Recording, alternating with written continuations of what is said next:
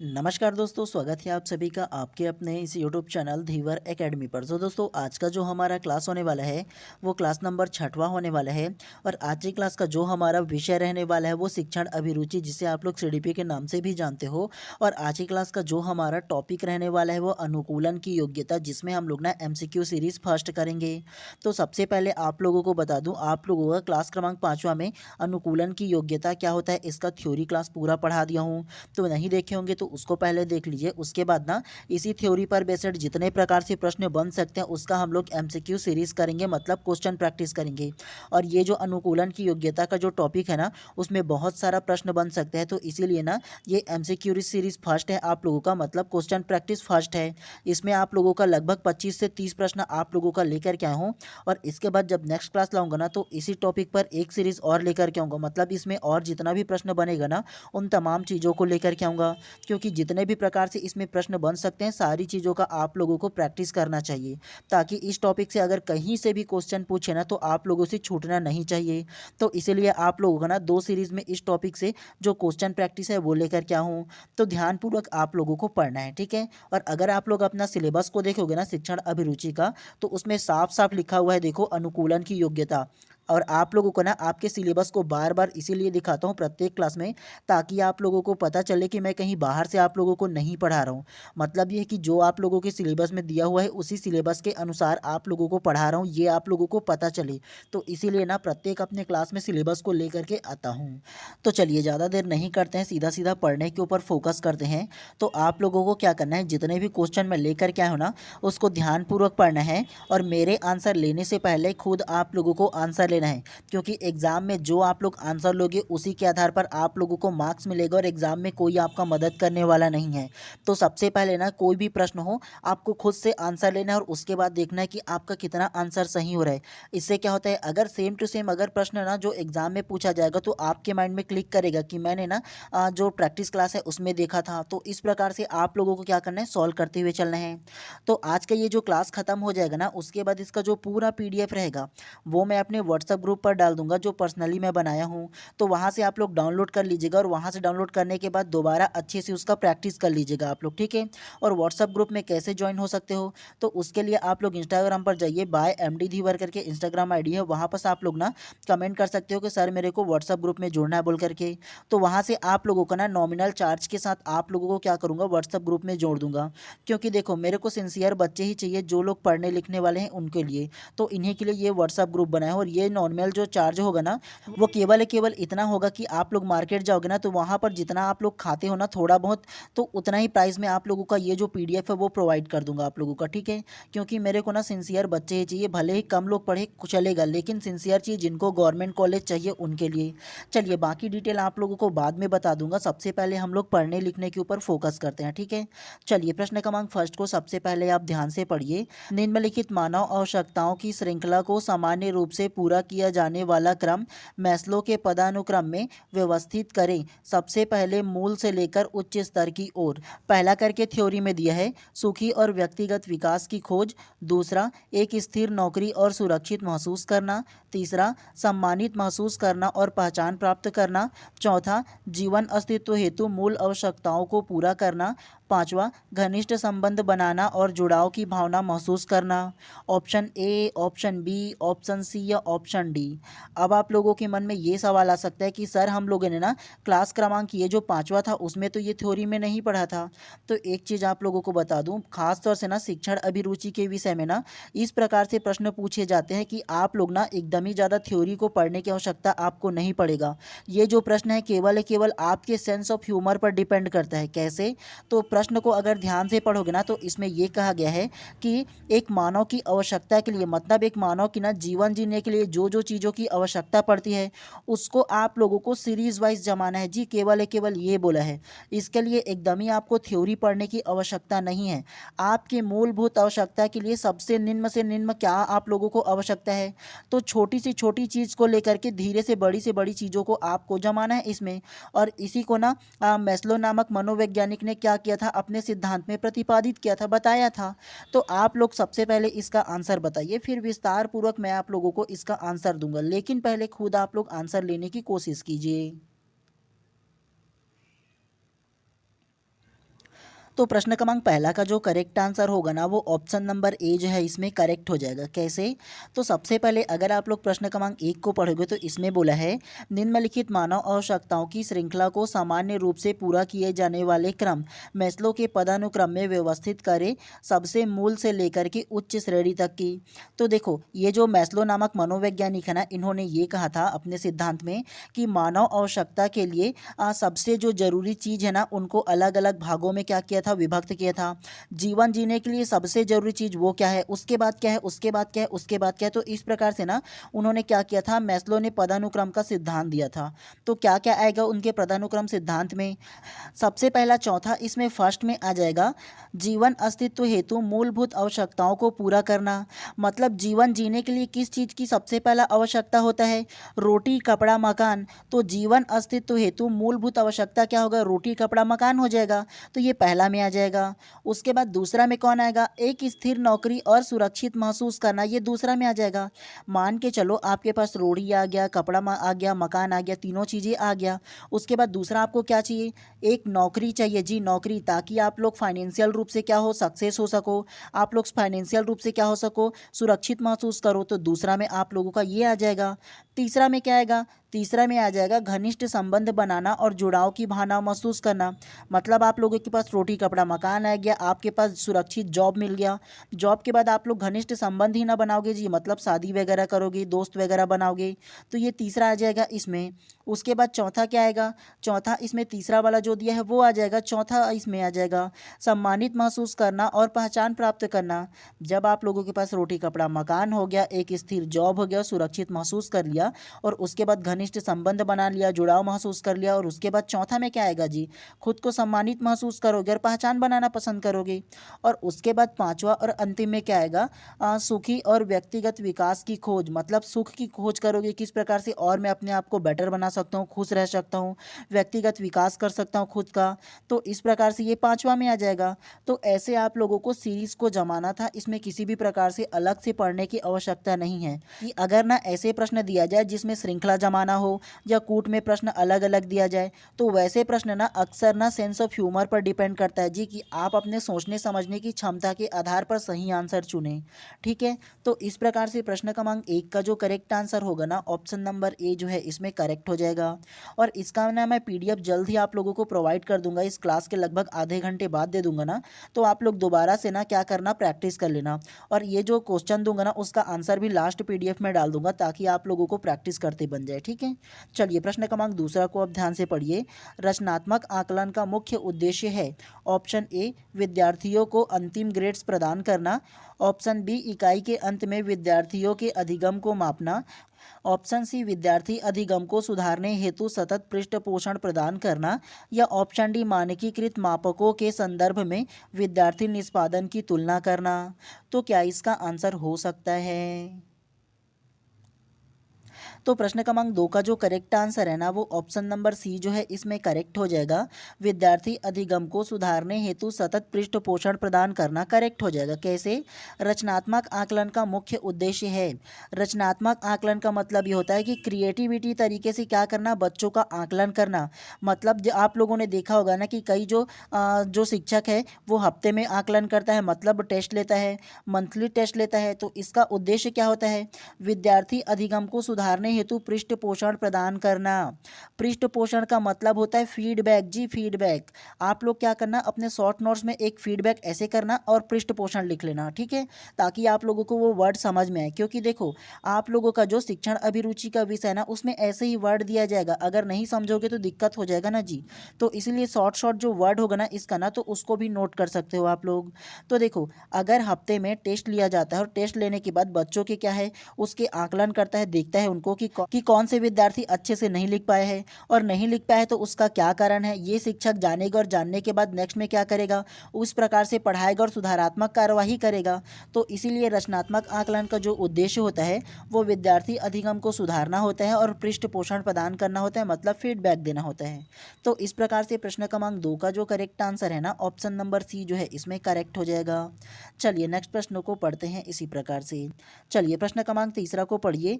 निम्नलिखित निम्नलिखित में से कौन सी उपलब्धि परीक्षण की विशेषता नहीं है?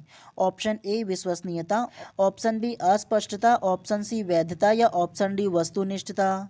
तो क्या इसका आंसर होगा?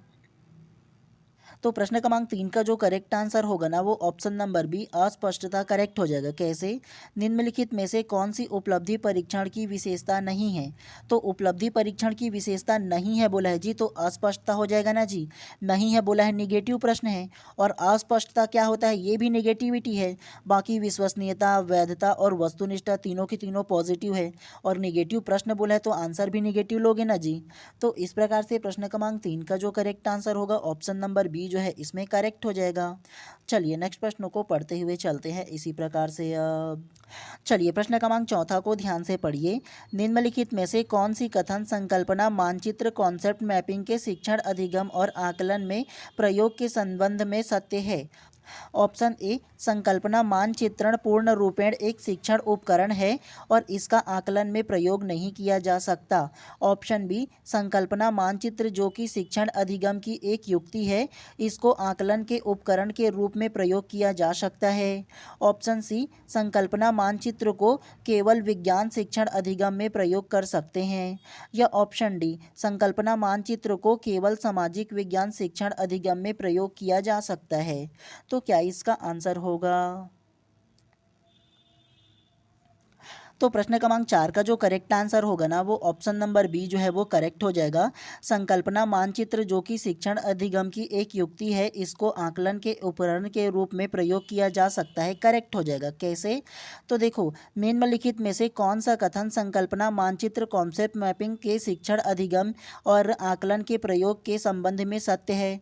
तो कॉन्सेप्ट मैपिंग के संबंध में जो सत्य है ना वो ऑप्शन नंबर बी हो जाएगा। कैसे होगा ये अगर बताओ ना, या आप लोगों को ये बताऊं कि कॉन्सेप्ट मैपिंग क्या होता है। तो देखो कोई भी इंफॉर्मेशन या जानकारी को ना जब आप लोग शॉर्ट रूप में लिखते हो तो उसे कॉन्सेप्ट मैपिंग बोलते हैं। अगर आप लोगों को एग्जाम्पल के थ्रू समझाने की कोशिश करूं तो एग्जाम्पल में अगर आप लोगों को बताऊं तो ये क्या होगा। अगर मैं बोलूं आप लोगों को कि संज्ञानात्मक विकास का सिद्धांत जीन पियाजे ने दिया है, तो आप लोग पहले क्या लिखोगे? संज्ञानात्मक विकास के सिद्धांत को किसने दिया है? तो आंसर फिर लिखोगे संज्ञानात्मक विकास के सिद्धांत को जीन पियाजे ने दिया है। तो ये क्या होता है? नॉर्मल थ्योरेटिकल लिखावट होता है। लेकिन कॉन्सेप्ट मैपिंग क्या होता है? आप सीधा क्या करोगे? संज्ञानात्मक विकास का सिद्धांत लिखोगे और डैश करके जीन पियाजे लिख दोगे। क्या? संज्ञानात्मक विकास का सिद्धांत और डैश करके जीन पियाजे। तो ये जो शॉर्ट में लिखना होता है ना, तो उसे कॉन्सेप्ट मैपिंग कहते हैं। मतलब ना बड़ी इंफॉर्मेशन को एक छोटे से शब्द में या छोटे से छोटे मैपिंग, कॉन्सेप्ट मैपिंग के सहारे कैसे आप लोग स्टोर करके रख सकते हो, तो इसे ही कॉन्सेप्ट मैपिंग कहते हैं। और दूसरा तरीका ये है कि अगर इसमें सत्य पूछा है, अगर प्रश्न पॉजिटिव पूछा है, तो आंसर भी आप लोग पॉजिटिव ही ना लोगे जी। ऑप्शन नंबर बी जो केवल है वो पॉजिटिव है। बाकी को देखो, अगर ऑप्शन नंबर ए को देखोगे तो इसमें क्या बोला है? नहीं बोला है, नेगेटिव को दर्शाता है।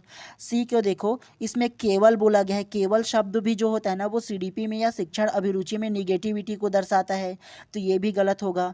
उसके अलावा डी को देख लो, इसमें भी केवल शब्द जोड़ा गया है, तो केवल भी जो है ना वो भी निगेटिविटी को दर्शाता है। इसमें ऐसा कुछ है क्या? ऑप्शन नंबर बी में देखो ऐसा कुछ भी नहीं है, तो इसीलिए ये भी आंसर करेक्ट हो जाएगा। अगर आप लोगों को समझ में प्रश्न आना है ना, तो इस प्रकार से प्रश्न को भी देखना है आपको कि पॉजिटिव प्रश्न है कि नेगेटिव है। पॉजिटिव है तो पॉजिटिव आंसर लेना है, नेगेटिव है तो नेगेटिव आंसर लेना है। तो इस प्रकार से भी आप लोगों को सॉल्व करते हुए चलना है, ठीक है, और समझना भी है शुरुआती में। तो इस प्रकार से प्रश्न क्रमांक 4 का जो करेक्ट आंसर है ना ऑप्शन नंबर बी जो है इसमें करेक्ट हो जाएगा। चलिए नेक्स्ट को पढ़ते हुए चलते हैं अब। चलिए प्रश्न क्रमांक 5वां को ध्यान से पढ़िए।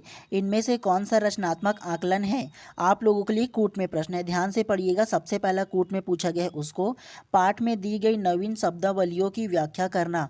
दूसरा, पाठ में दिए गए प्रश्नों को बच्चों से हल करवाना। तीसरा, बच्चों को पाठ में दिए गए चित्र बनाने को कहना।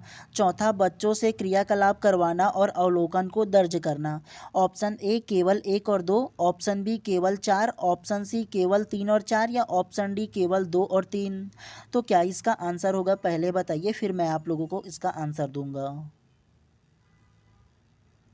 तो प्रश्न क्रमांक 5 का जो करेक्ट आंसर होगा ना वो ऑप्शन नंबर बी केवल 4 जो है वो करेक्ट हो जाएगा। कैसे? इनमें से कौन सा रचनात्मक आकलन है? रचनात्मक आकलन मतलब क्रिएटिविटी तरीके से आकलन लेना जी। तो रचनात्मक आकलन कौन सा होगा? केवल है केवल इसमें ना जो चौथा है, ये जो चौथा दिया है वही केवल करेक्ट आंसर हो जाएगा। बच्चे से क्रियाकलाप करवाना और अवलोकन को दर्ज करना। मतलब यह है रचनात्मक आकलन का मतलब कि क्रिएटिविटी तरीके से, चाहे वो खेल खेल के माध्यम से हो, चाहे वो अलग कहानी कथन के माध्यम से हो, अगर पूछा जाता है इस प्रकार से आकलन किया जाता है तो बच्चे को क्या किया जाएगा? जो क्रियाकलाप आप करवाओगे एक शिक्षक के रूप में, उस क्रियाकलाप को क्या करोगे? बच्चों से करवाओगे और करवा करके उसका अवलोकन करोगे और अवलोकन को दर्ज करना। तो ये इसका करेक्ट आंसर हो जाएगा। बाकी कैसे गलत होगा ये जान लो। पहला को देखो, पाठ में दी गई नवीन शब्दावली की व्याख्या करना। आप ये बताओ, एक छोटे बच्चों को पाठ में जो भी आप पढ़ा रहे हो, जो भी टॉपिक कर रहे हो, उसका व्याख्या करोगे क्या आप? मतलब उसको भाषण की तरह पढ़ाओगे क्या? तो ये गलत हो जाएगा। दूसरा को देखो, पाठ में दिए गए प्रश्नों को बच्चों से हल करवाना। एक शिक्षक हो के आप बच्चों से क्या करोगे? प्रश्न हल करवाओगे?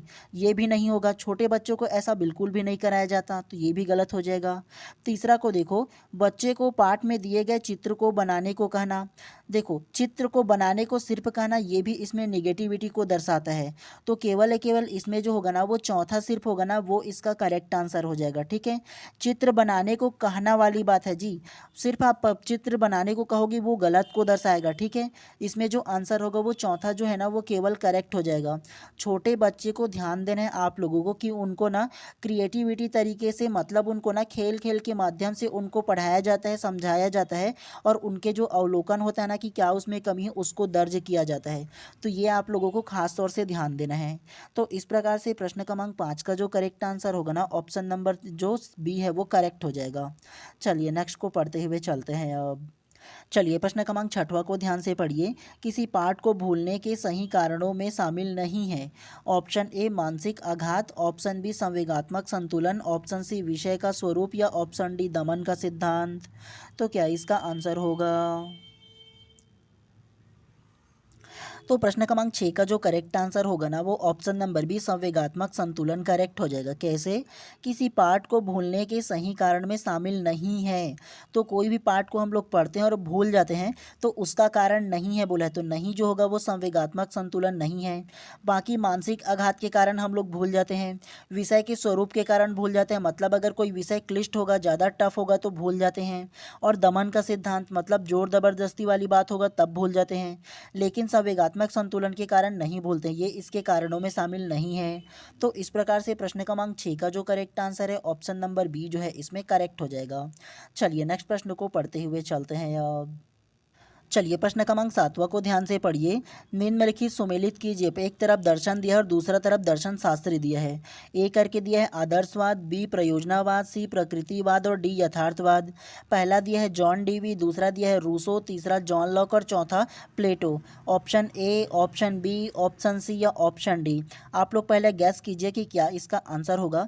और आप लोग अगर ये सोचोगे ना कि आप सर इसको ना थ्योरी क्लास में नहीं पढ़ाए हो, तो आपको मैंने बताया था ना कि आप लोगों को क्या करना है, आपके सिलेबस से बाहर भी पढ़ना है और सिलेबस से अंदर भी पढ़ना है। एकदम ही हम लोगों को क्या करना है, एकदम ही डीप में एकदम नहीं पढ़ना है। ठीक है, मतलब यह है कि जो जो चीज़ ना प्रीवियस ईयर का अगर पूछा गया तो उन सारी चीज़ों को आप लोगों को अच्छे से समझाते भी जाऊँगा। लेकिन क्या है, कई क्वेश्चन ऐसे आएगा जो पढ़ाया गया नहीं होगा, सेम उसी प्रकार से आपके एग्ज़ाम में भी होता है। तो आप लोगों को क्या करना है, जो चीज़ें आप लोगों में नया आता है उसको छोटा सा नोटबुक बनाना, उसमें छोटा सा नोट करके रख सकते हो। उसके अलावा मैं तो पीडीएफ आप लोगों को प्रोवाइड करूंगा ही, तो उससे भी अच्छे से आप लोग पढ़ लीजिएगा। और आप लोगों को ना याद करने का इसका ट्रिक भी बताऊंगा। ठीक है, तो पहले आप लोग एक बार गैस कीजिए कि क्या इसका आंसर होगा, फिर आप लोगों का इसका आंसर दूंगा मैं। तो प्रश्न क्रमांक 7वां का जो करेक्ट आंसर है ना वो ऑप्शन नंबर डी जो है इसमें करेक्ट हो जाएगा। कैसे? तो चलिए, एक तरफ दर्शन को दिया है और एक तरफ दर्शन शास्त्री को दिया है। तो सबसे पहला देखो ए को दर्शनवाद। तो दर्शनवाद के प्रतिपादक कौन है? तो दर्शनवाद के जो प्रतिपादक है ना वो प्लेटो है। हमेशा दर्शन की जो बात करता है वो कौन करता है? प्लेटो करता है। प्लेटो जो है वो सबसे पुराना आदमी है। पुराना आदमी जो होता है वो दर्शन वगैरह की बात करता रहता है, प्राचीन वाला। तो ये आप लोगों को याद रखना है। दूसरा को देखो प्रयोजनावाद। तो प्रयोजनावाद के जनक कौन है? तो प्रयोजनावाद के जनक जो होगा वो जॉन डीवी है। हमेशा प्रयोग कौन करते रहता है? तो प्रयोग जो है ना वो जॉन डीवी करते रहता है। और डीवी से टीवी ले लेना, टीवी को क्या करते हैं हम लोग? प्रयोग करते रहते हैं हमेशा तोड़ फोड़ करके। तो ऐसे आप लोग क्या करना, समझने पर जोर देना, ठीक है। कोई भी क्रिएटिविटी तरीके से सोचो और उसको याद रखो, ऐसे चीज़ों को रटना ही पड़ेगा आप लोगों को, ठीक है। उसके अलावा सीधी है प्रकृतिवाद। तो प्रकृतिवाद के जनक कौन है?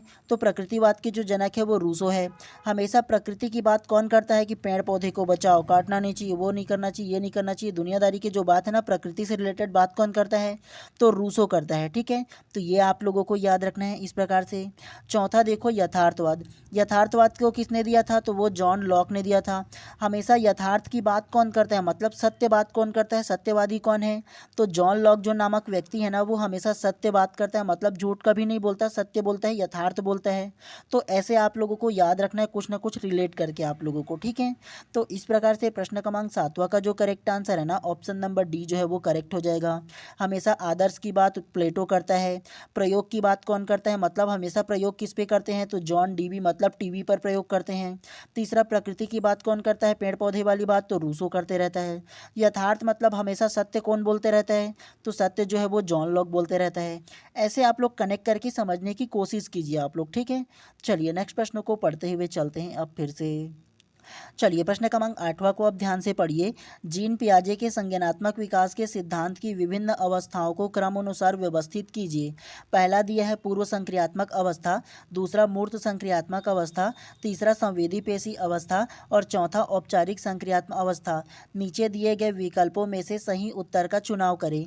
Option A, option B, option C या ऑप्शन डी। और ये जीन पियाजे के संज्ञानात्मक विकास के सिद्धांत को आप लोगों को बहुत अच्छे से बताया हूँ, थ्योरी क्लास में बताया हूँ जी, क्लास क्रमांक 5वां में आप लोगों को बहुत अच्छे से, और बोला था नोट करके रखना, पूछा जाता है इसमें से बोल करके।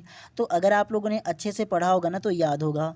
तो क्या इसका आंसर होगा पहले आप बताइए, फिर मैं आप लोगों को क्या करूँगा, विस्तार पूर्वक आंसर दूंगा।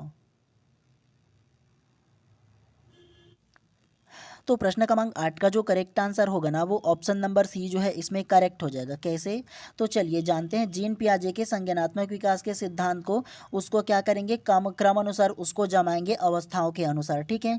तो सबसे पहले आप लोग ये जान लीजिए, जीन पियाजे नामक मनोवैज्ञानिक जो है ना उन्होंने संज्ञानात्मक विकास के सिद्धांत में 4 अवस्थाओं का जिक्र किया है। कितना? तो 4 अवस्थाओं का जिक्र किया है। सबसे पहला अवस्था कौन सा होगा? तो सबसे पहला अवस्था जो होगा वो सी आ जाएगा, संवेदी पेशी अवस्था हो जाएगा, ठीक है। और ये जो संवेदी पेशी अवस्था है उसका एज क्या है? तो 0 से 2 वर्ष होगा। क्या? तो 0 से 2 वर्ष आप लोग मान सकते हो, या जन्म से 2 वर्ष तक की मान सकते हो संवेदी पेशी अवस्था को। दूसरा जो होगा वो पूर्व संक्रियात्मक अवस्था होगा। ये दूसरी अवस्था है जीन पियाजे का। और पूर्व संक्रियात्मक अवस्था का एज क्या है? तो पूर्व संक्रियात्मक अवस्था का जो एज है वो 2 वर्ष से लेकर के 7 वर्ष हो जाएगा। तीसरा जो होगा वो क्या होगा? मूर्त संक्रियात्मक अवस्था हो जाएगा। ये तीसरी अवस्था है जीन पियाजे का, और इसका जो एज है ना वो 7 वर्ष से लेकर के 11 वर्ष तक की हो जाएगा। और चौथा जो होगा वो औपचारिक संक्रियात्मक अवस्था चौथा हो जाएगा, और इसका जो एज है वो 11 वर्ष से अधिक हो जाएगा, या 11 वर्ष से 15 वर्ष मान सकते हो। तो इस प्रकार से क्या होगा, ऑप्शन नंबर जो सी है ना वो करेक्ट हो जाएगा इसमें, ठीक है। आप लोगों को याद रखना है, कोई भी एक को भी पूछा जा सकता है। सबसे पहले क्या होगा, संवेदी पेशी अवस्था पहला हो जाएगा 0 से 2 वर्ष तक की। दूसरा जो होगा वो पूर्व संक्रियात्मक अवस्था हो जाएगा 2 से 7 वर्ष। तीसरा जो होगा वो मूर्त संक्रियात्मक अवस्था हो जाएगा 7 वर्ष से 11 वर्ष तक। और चौथा जो होगा वो औपचारिक संक्रियात्मक अवस्था हो जाएगा 11 वर्ष से अधिक हो जाएगा। तो ऐसे आप लोगों को याद रखना है, चाहो तो इन चारों को क्रम वाइज नोट करके रख लो, जीन पियाजे के संज्ञानात्मक विकास के सिद्धांत को, ठीक है। पूछा जाता है जी, देखिएगा आने वाले जो एग्जाम अभी आप लोगों का 2026 है उसमें भी पूछा जाएगा। मैं ये नहीं बोल रहा हूँ कि सेम टू सेम प्रश्न रिपीट किया जाएगा। ऐसा पूछा जा सकता है कि जीन पियाजे के संज्ञानात्मक विकास के सिद्धांत में चौथा सिद्धांत कौन सा है, या इसकी एज क्या है, पूछा जा सकता है जी, अलग अलग और डीप में पूछना होगा तो इसीलिए आप लोगों को इसको नोट करके रखना है, वेरी वेरी इंपॉर्टेंट है, बता रहा हूँ आप लोगों को, ठीक है। तो इस प्रकार से प्रश्न क्रमांक 8 का जो करेक्ट आंसर है ना ऑप्शन नंबर सी जो है इसमें करेक्ट हो जाएगा। चलिए नेक्स्ट प्रश्न को पढ़ते हुए चलते हैं अब। बकवास। चलिए प्रश्न क्रमांक 9 को ध्यान से पढ़िए। इनमें से कौन सा कथन सत्य नहीं है? ऑप्शन ए, रुचि जन्मजात होती है। ऑप्शन बी, रुचि सीखने में सहायक होती है। ऑप्शन सी, रुचि निष्क्रियता निर्मित करती है। या ऑप्शन डी, रुचि मानसिक स्थिति को प्रकट करती है। तो प्रश्न क्रमांक 9 का जो करेक्ट आंसर होगा ना, वो ऑप्शन नंबर सी, रुचि निष्क्रियता निर्मित करती है, करेक्ट हो जाएगा। कैसे? इनमें से कौन सा कथन सत्य नहीं है बोला है जी, मतलब गलत है बोला है। तो जो गलत होगा वो ऑप्शन नंबर सी हो जाएगा, रुचि निष्क्रियता निर्मित करती है, करेक्ट हो जाएगा। और रुचि क्या होता है? आपका इंटरेस्ट होता है, आपका हॉबी होता है, जो खाली टाइम में आप क्या है उसको अगर करने के दूँ तो लंबे टाइम करने में आप कभी बोर फील नहीं करोगे, आपको अच्छा लगेगा उस कार्य को करने में, तो वो रुचि कहलाता है। और रुचि कभी निष्क्रियता पैदा करता है क्या, आप लोग ये बताओ? हाँ, नहीं ना करता है। रुचि हमेशा क्या रहता है? एक्टिव रहता है, सक्रियता पैदा करता है, निष्क्रियता नहीं करता है। और इसमें सत्य नहीं है बोला है, तो ऑप्शन नंबर सी जो है इसमें करेक्ट हो जाएगा। चलिए नेक्स्ट प्रश्न को पढ़ते हुए चलते हैं अब। चलिए प्रश्न क्रमांक 10वां को ध्यान से पढ़िए। नीचे लिखे कथनों के आधार पर सही विकल्प चुनिए। पहला दिया है कथन 1 करके, लिंग एक सामाजिक व्याख्यान है। कथन दूसरा दिया है, ईश्वर करे तुम 100 पुत्रों की माँ बनो। ऑप्शन ए दिया है कथन 2 कथन 1 का सही व्याख्या है। ऑप्शन बी, कथन 2 कथन 1 का उदाहरण है। ऑप्शन सी, कथन 1 व कथन 2 में कोई संबंध नहीं है। या ऑप्शन डी, कथन 1 व कथन 2 दोनों असत्य है। तो प्रश्न क्रमांक 10 का जो करेक्ट आंसर होगा ना, वो ऑप्शन नंबर बी जो है वो करेक्ट हो जाएगा। कथन 2 कथन 1 का उदाहरण है, करेक्ट हो जाएगा। कैसे? तो कथन 1 को पढ़ो, लिंग एक सामाजिक व्याख्या है, तो ये करेक्ट हो जाएगा ना जी। लिंग जो है वो सामाजिक व्याख्या है, समाज जो है मिल करके स्त्री और पुरुष को मिला करके बनता है, तो ये करेक्ट हो जाएगा। और कथन दूसरा, ईश्वर करे तुम 100 पुत्रों की माँ बनो, तो ये जो कथन दूसरा है वो कथन पहला का क्या है, केवल उदाहरण पेश कर रहा है वो, ठीक है। तो इस प्रकार से प्रश्न क्रमांक 10 का जो करेक्ट आंसर है ऑप्शन नंबर बी जो है इसमें करेक्ट हो जाएगा। चलिए नेक्स्ट को पढ़ते हैं। प्रश्न क्रमांक 11 को ध्यान से पढ़िए। एक सफल नेतृत्वकर्ता का तरीका होता है, पहला प्रजातांत्रिक, दूसरा राजशाही, तीसरा समूह आधारित और चौथा उपरोक्त सभी। तो क्या इसका आंसर होगा? तो प्रश्न क्रमांक 11वां का जो करेक्ट आंसर है ना, वो ऑप्शन नंबर ए, प्रजातांत्रिक, करेक्ट हो जाएगा। कैसे? एक सफल नेतृत्वकर्ता का तरीका होता है, तो एक जो सफल नेतृत्वकर्ता, मतलब एक शिक्षक क्या होता है, नेतृत्वकर्ता होता है, और उसका तरीका क्या होना चाहिए, प्रजातांत्रिक। और प्रजातांत्रिक का मतलब क्या होता है? अगर आप किसी कक्षा में पढ़ाने गए तो पढ़ाने के दौरान प्रजातांत्रिक माहौल होना चाहिए, बच्चों को ना प्रॉपर उस टॉपिक पर अपना जो सोच है, अपना जो उस टॉपिक पर क्या है समझ है, उसको भी व्यक्त करने का बराबर बच्चों को मौका दिया जाना चाहिए। मतलब अगर किसी प्रकार की एक्टिविटी किया जा रहा है तो उस एक्टिविटी में बच्चों से भी क्या है, उसका राय, उसकी सहमति, उसको प्रश्न पूछने का मौका देना चाहिए। बच्चे को डराना वगैरह या डरे हुए महसूस कभी नहीं कराना चाहिए। तो उस प्रकार का जो माहौल होता है वो प्रजातांत्रिक माहौल होता है। राजशाही तो बिल्कुल नहीं होना चाहिए, जिसमें राजा का केवल क्या चले, उसी का मत चले, तो ये नहीं होना चाहिए। समूह आधारित हो सकता है, लेकिन उपरोक्त सभी बोला है तो ये गलत हो जाएगा, क्योंकि राजशाही नहीं होगा तो उपरोक्त सभी भी कहाँ होगा जी, नहीं होगा। तो प्रजातांत्रिक जो है वो करेक्ट हो जाएगा इसमें। चलिए नेक्स्ट प्रश्न को पढ़ते हुए चलते हैं अब। चलिए प्रश्न क्रमांक 12वां को पढ़िए। भाषा विकास में सहयोग करने का कौन सा तरीका गलत है? ऑप्शन ए, बच्चे को बिना टोके प्रकरण पर बात करना। ऑप्शन बी, उसकी अपनी भाषा के प्रयोग को अमान्य करना।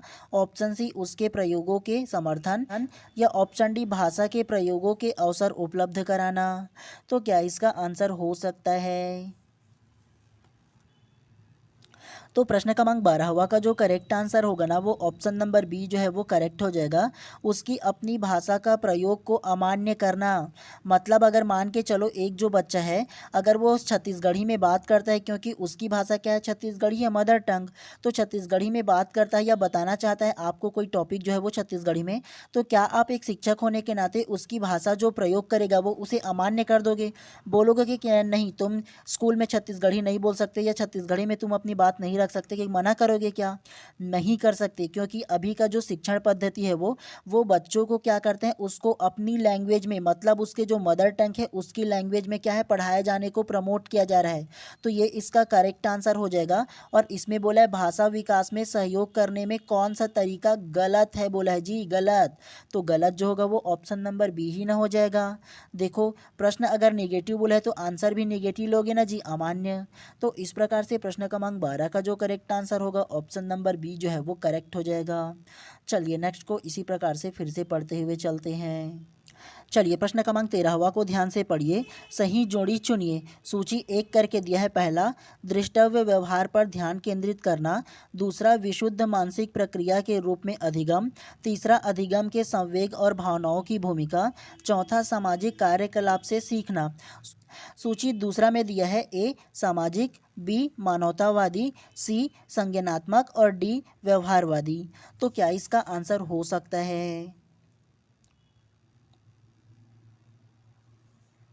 तो प्रश्न क्रमांक 13 का जो करेक्ट आंसर होगा ना वो ऑप्शन नंबर बी जो है इसमें करेक्ट हो जाएगा। कैसे?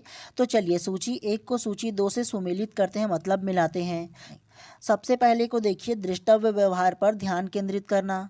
तो दृष्टव्य व्यवहार पर ध्यान केंद्रित करना क्या होगा, व्यवहारवादी हो जाएगा इसका जो आंसर है वो। क्योंकि देखो व्यवहार इसमें पहला आ रहा है ना, उसके बाद व्यवहारवादी भी बोल रहे हैं, तो डायरेक्ट इस प्रकार से भी आंसर ले सकते हो आप लोग। उसके बाद दूसरा को देखिए, विशुद्ध मानसिक प्रक्रिया के रूप में अधिगम। तो विशुद्ध मानसिक प्रक्रिया के रूप में अधिगम क्या आएगा, संज्ञानात्मक आ जाएगा।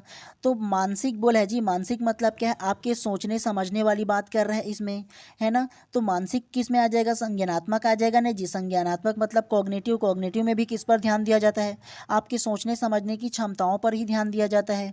तो ये इसका आंसर हो जाएगा। उसके बाद तीसरा को देखो, अधिगम में संवेग और भावनाओं की भूमिका।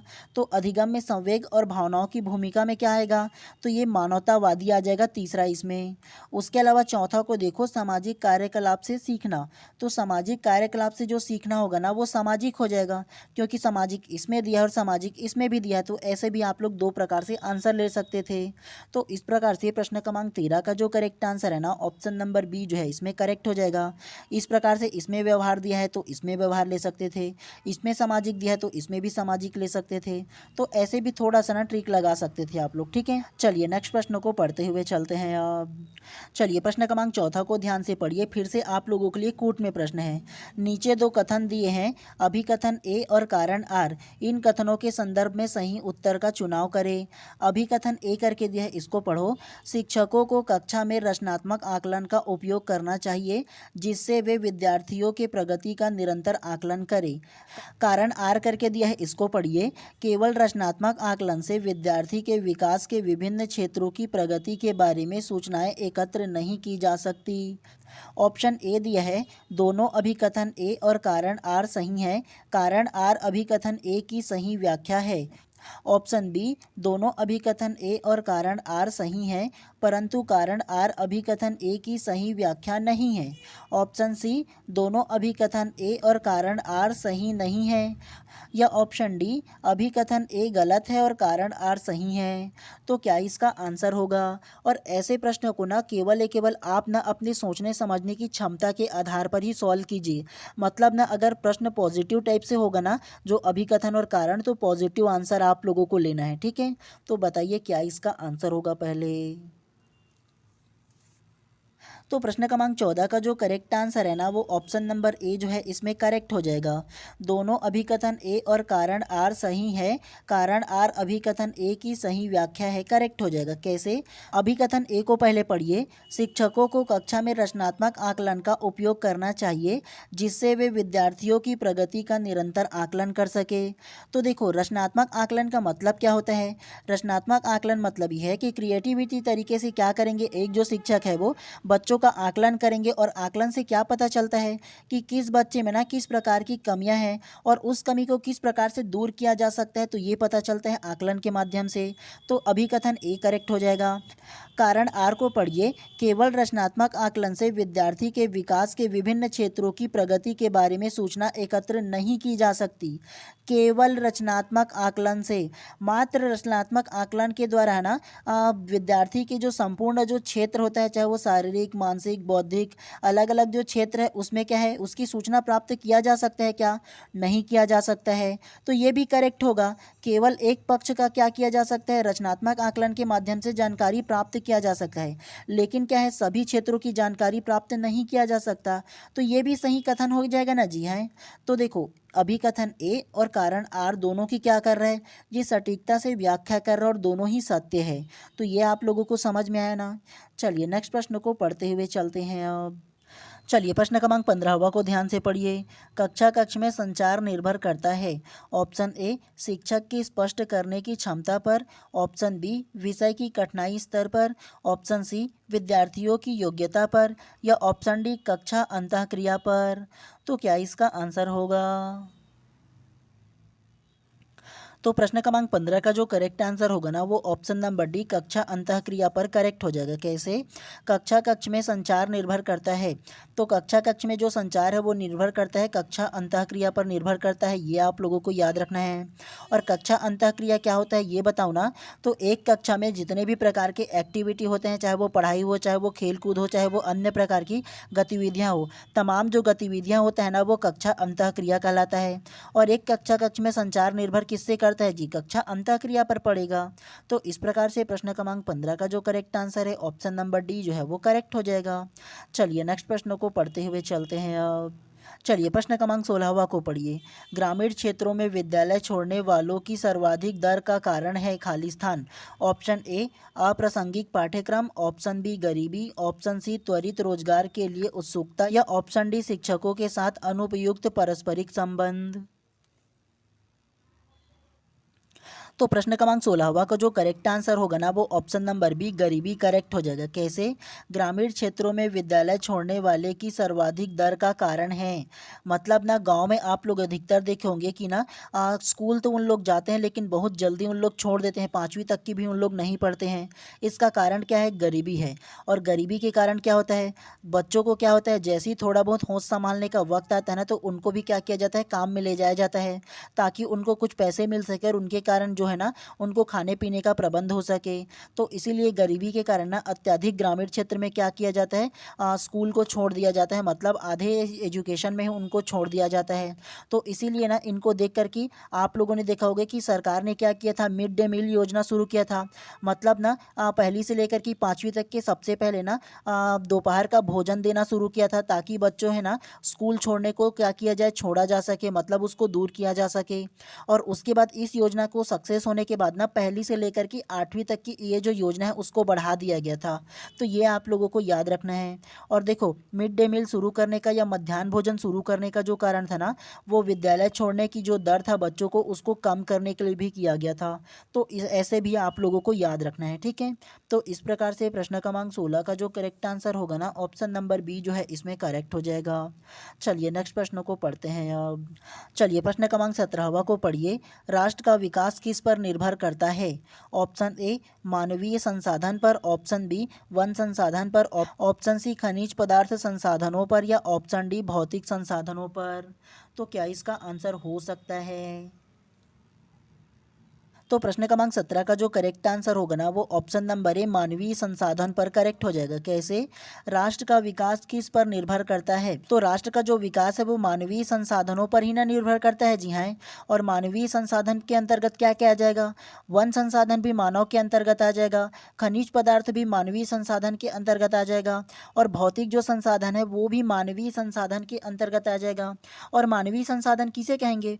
जो मानव अपने सुख सुविधाओं के लिए यूज़ करते हैं, अपने उपयोग के लिए उपयोग करता है, तो उसे क्या बोलेंगे? मानवीय संसाधन बोलेंगे, ताकि वो अपना विकास कर सके, अपने समाज, अपने देश, अपने राष्ट्र का विकास कर सके। तो इसीलिए प्रश्न क्रमांक 17 का जो करेक्ट आंसर होगा ऑप्शन नंबर ए जो है इसमें करेक्ट हो जाएगा। चलिए प्रश्न क्रमांक 18वां को पढ़िए। सफल नेतृत्व होता है। ऑप्शन ए प्रजातांत्रिक, ऑप्शन बी राजतांत्रिक, ऑप्शन सी समूह आधारित, या ऑप्शन डी तानाशाही। तो प्रश्न क्रमांक 18 का जो करेक्ट आंसर है ऑप्शन नंबर ए प्रजातांत्रिक करेक्ट हो जाएगा। सफल नेतृत्व होता है, सफल नेतृत्व कैसे होगा जी, जो प्रजातांत्रिक माहौल होगा तो उसी में ना होगा। प्रजातांत्रिक और क्या होता है, जिसमें एक शिक्षक के साथ साथ बच्चों को भी बराबर क्या है प्रश्न पूछने का मौका दिया जाए, उसको भी अपनी बात अपनी विचार को रखने का मौका दिया जाए। और जो प्रजातांत्रिक माहौल होगा उसमें बच्चों को भी उतना ही इन्वॉल्व होगा जितना एक शिक्षक का होता है। तो इस प्रकार के अगर माहौल होगा ना तो उसे प्रजातांत्रिक माहौल कहा जाता है। ठीक है, तो ये चीज़ आप लोगों को ध्यान रखना है। चलिए प्रश्न क्रमांक 19 को पढ़िए। प्राथमिक संवेदी अंगों द्वारा सीखे जाने वाली चीज़ों की धारणा से किस प्रकार की शिक्षा का संबंध है? ऑप्शन ए संवेदी, ऑप्शन बी अनुभूति, ऑप्शन सी मौखिक या ऑप्शन डी भेदभाव। तो क्या इसका आंसर होगा? तो प्रश्न क्रमांक 19 का जो करेक्ट आंसर होगा ना वो ऑप्शन नंबर बी अनुभूति करेक्ट हो जाएगा। इसमें कैसे? प्राथमिक संवेदी अंग द्वारा सीखी जाने वाली चीज़ों की धारणा से किस प्रकार की शिक्षा संबंधित है? तो ये अनुभूति संबंधित है, ये याद रखना है। अनुभूति क्या होता है, अगर आप लोगों को ये बताऊँ ना तो किसी चीज़ को, किसी वस्तु को या किसी विचार को महसूस करना गहराई से, तो महसूस करना, समझना, ये क्या होता है? वो अनुभूति होता है। हम लोग बोलते हैं ना कि मुझे ये चीज़ का अनुभूति हो रहा है, मतलब मुझे किसी चीज़ के बारे में अनुभूति हो रहा है, महसूस हो रहा है, तो ये क्या कहलाएगा? अनुभूति कहलाएगा। प्राथमिक संवेदी अंग कौन सा होता है? तो प्राथमिक संवेदी अंग के अंतर्गत जो आएगा वो त्वचा आएगा। एक जो छोटा बालक है वो त्वचा के माध्यम से समझता है। कैसे? तो देखो उसकी मम्मी जब उसको टच करता है ना तो वो क्या करता है, उसको स्नेह कर रहा है, वो क्या करता है, इन्फॉर्मेशन को इस प्रकार से क्या करता है, कलेक्ट करता है। और संवेदी अंग हम लोगों का कितना है? तो टोटल 5 है। कौन कौन सा? तो सबसे पहले कौन सा हो जाएगा? आँख हो जाएगा, जिससे हम लोग देखते हैं। दूसरा कौन सा होगा? दूसरा कान हो जाएगा, जिससे हम लोग सुनते हैं। तीसरा नाक हो जाएगा, जिससे हम लोग किसी भी खुशबू को सूंघते हैं। चौथा कौन सा हो जाएगा? त्वचा हो जाएगा, जिससे हम लोग क्या करते हैं, छू करके, स्पर्श करके जानते हैं कि ये है क्या। और पांचवा क्या होगा? पांचवा त्वचा हो जाएगा, मतलब हमारा शरीर हो जाएगा, जिससे हम लोग कहीं भी अंग को टच करते हैं ना तो ये हम लोगों को पता चल जाता है, छू करके हम लोग किसी भी चीज़ को पता कर लेते हैं। तो ये 5 प्रकार के ना जो अंग होते हैं संवेदी, और मुख्य प्राथमिक संवेदी जो अंग होगा वो त्वचा हो जाएगा। तो ये भी आप लोगों को याद रखना है। तो इस प्रकार से प्रश्न क्रमांक 19 का जो करेक्ट आंसर है ना ऑप्शन नंबर बी जो है वो करेक्ट हो जाएगा। चलिए नेक्स्ट प्रश्न को पढ़ते हुए चलते हैं यार। चलिए प्रश्न क्रमांक 20वां को ध्यान से पढ़िए।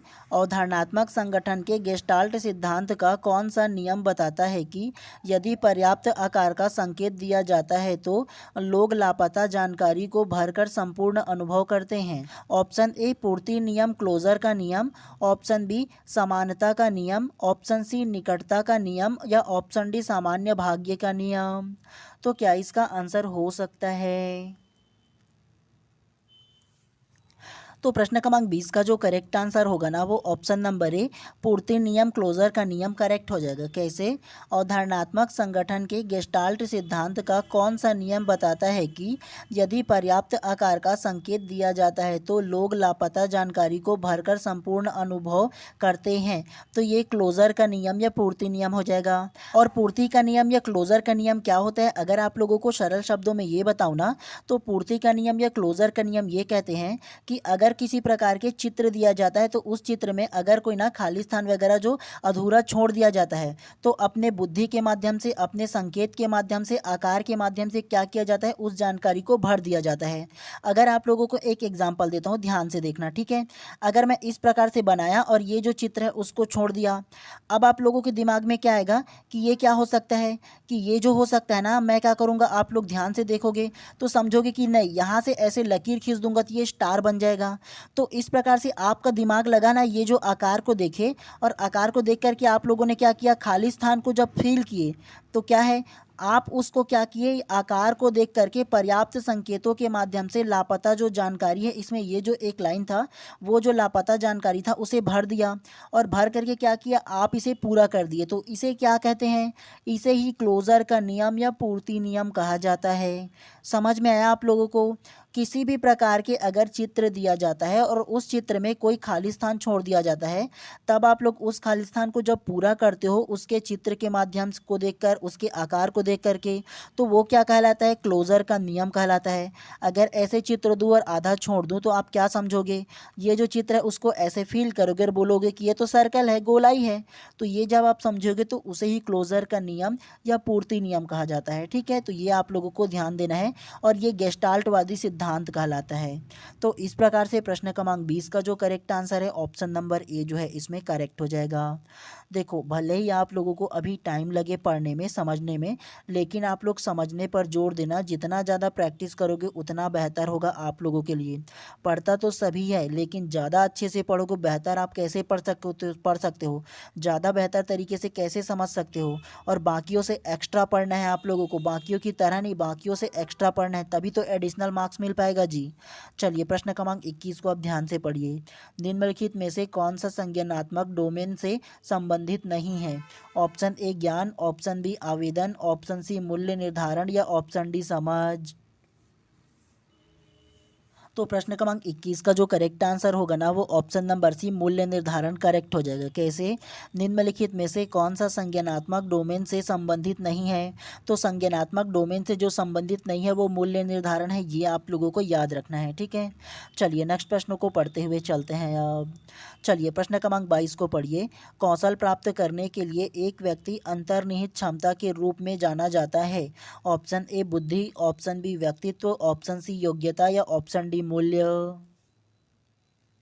तो प्रश्न क्रमांक 22 का जो करेक्ट आंसर होगा ना वो ऑप्शन नंबर सी जो है वो करेक्ट हो जाएगा, योग्यता। कैसे? कौशल प्राप्त करने के लिए एक व्यक्ति अंतर्निहित क्षमता के रूप में जाना जाता है। कौशल प्राप्त करने के लिए आप अपने अंदर में क्या है, अंतर्निहित जो क्षमता है उसके लिए कैसे जाने जाओगे? आप अपने योग्यता के अनुसार ही ना जाने जाओगे जी। आपकी जो कौशल होगा वो, और आपके कौशल क्या होगा, आपकी योग्यता है, आपके अंदर में छुपी हुई प्रतिभा है। तो इस प्रकार से प्रश्न क्रमांक 22 का जो करेक्ट आंसर होगा ऑप्शन नंबर सी जो है वो करेक्ट हो जाएगा। चलिए प्रश्न क्रमांक 23 को पढ़ते हैं। कक्षा कक्ष संप्रेषण होना चाहिए, ये तो हम लोगों ने प्रीवियस जो क्वेश्चन है उसमें पढ़ा था। तो कक्षा कक्ष संप्रेषण कैसे होना चाहिए? तो वो छात्र केंद्रित होना चाहिए। किसके केंद्रित होना चाहिए? तो छात्र केंद्रित होने चाहिए। मतलब छात्र के अनुसार, जिस प्रकार से उसका स्टैंडर्ड है उसके अनुसार कक्षा कक्ष का जो संप्रेषण है, जो बातचीत है वो होना चाहिए। तो इस प्रकार से प्रश्न क्रमांक 23 का जो करेक्ट आंसर होगा ऑप्शन नंबर सी जो है वो करेक्ट हो जाएगा। चलिए प्रश्न क्रमांक 24 को पढ़ते हैं, तो ध्यान से पढ़िए। सामाजिक संरचनावादी सिद्धांतकार बच्चों को खाली स्थान मानते हैं। ऑप्शन ए एक खाली स्लेट, ऑप्शन बी ज्ञान के निष्क्रिय प्राप्तकर्ता, ऑप्शन सी ज्ञान के निर्माण में शामिल सक्रिय प्राणी या ऑप्शन डी लघु वयस्क।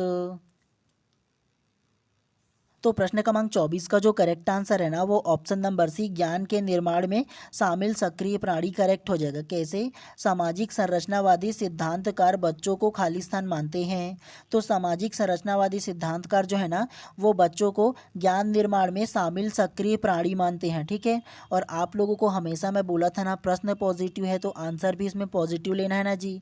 खाली स्लेट नेगेटिव को दर्शाता है, निष्क्रियता प्राप्तकर्ता भी नेगेटिव को दर्शाता है, लघु वयस्क के बच्चे थोड़ी ना होंगे जी, ये भी नहीं होंगे। तो ऑप्शन नंबर सी जो है वो केवल पॉजिटिव आ जाता है। तो ऐसे आप लोगों को आंसर लेना है। चलिए आज की क्लास के अंतिम प्रश्न को ध्यान से पढ़िए, प्रश्न क्रमांक 25 को। निम्नलिखित में से कौन सा कथन व्यक्ति के विकास की क्रिया के बारे में सही नहीं है? ऑप्शन ए विकास की प्रक्रिया बहुआयामी होती है, ऑप्शन बी विकास की प्रक्रिया में सांस्कृतिक विविधता होती है, ऑप्शन सी व्यक्तिगत मानसिकता सामाजिक संपर्क की व्यक्तिगत विकास में महत्वपूर्ण भूमिका होती है, या ऑप्शन डी व्यक्तिगत विकास केवल वातावरणीय कारक पर आधारित होता है। तो क्या इसका आंसर हो सकता है? तो प्रश्न क्रमांक 25 का जो करेक्ट आंसर होगा ना वो ऑप्शन नंबर डी जो है वो करेक्ट हो जाएगा। व्यक्तिगत विकास केवल वातावरण कारकों पर आधारित होता है, करेक्ट हो जाएगा। कैसे? निम्नलिखित में से कौन सा कथन व्यक्ति के विकास की प्रक्रिया के बारे में सही नहीं है, मतलब गलत है, ये बोला है जी। और गलत जो होगा वो ऑप्शन नंबर डी हो जाएगा। व्यक्तिगत विकास केवल वातावरण कारकों पर आधारित होता है। केवल जो लिखा है वो निगेटिव शब्द है, आप लोगों को बोला था ना, नहीं बोला है ये निगेटिव प्रश्न है तो आंसर आप लोग निगेटिव लोगे। और ऐसे अगर समझना चाहो तो आप लोगों को बता दूं, व्यक्ति का विकास जो है ना वो केवल वातावरण के कारक नहीं होता है। व्यक्ति का जो विकास होता है वो वातावरण से भी होता है और वंशानुक्रम से भी होता है, मतलब हेरिडिटी जो होता है उससे भी व्यक्ति का विकास होता है, और उसके अलावा वातावरण जो है वो भी उससे विकास होता है, मतलब उसको प्रभावित भी करता है और विकसित भी करता है। तो दोनों चीज़ों को आप लोगों को याद रखना है। तो इस प्रकार से प्रश्न क्रमांक 25 का जो करेक्ट आंसर होगा ऑप्शन नंबर डी जो है वो करेक्ट हो जाएगा। तो चलिए आज की इस क्लास को यहीं पर समाप्त कर देते हैं, और अगर आप लोग चैनल पे नए होंगे तो चैनल को भी सब्सक्राइब कर लीजिएगा और बेल आइकन को दबा दीजिएगा, ताकि इसी प्रकार से जब भी मैं क्लास लाऊँ ना तो प्रॉपर टाइम पे आपको उसका नोटिफिकेशन मिल पाए। तो इसीलिए ज़्यादा ज़रूरी है कि आप चैनल को सब्सक्राइब कर दीजिएगा, ठीक है। चलिए मिलते हैं इसी प्रकार से नेक्स्ट क्लास में। आप सभी लोगों का दिन शुभ एवं मंगलमय हो।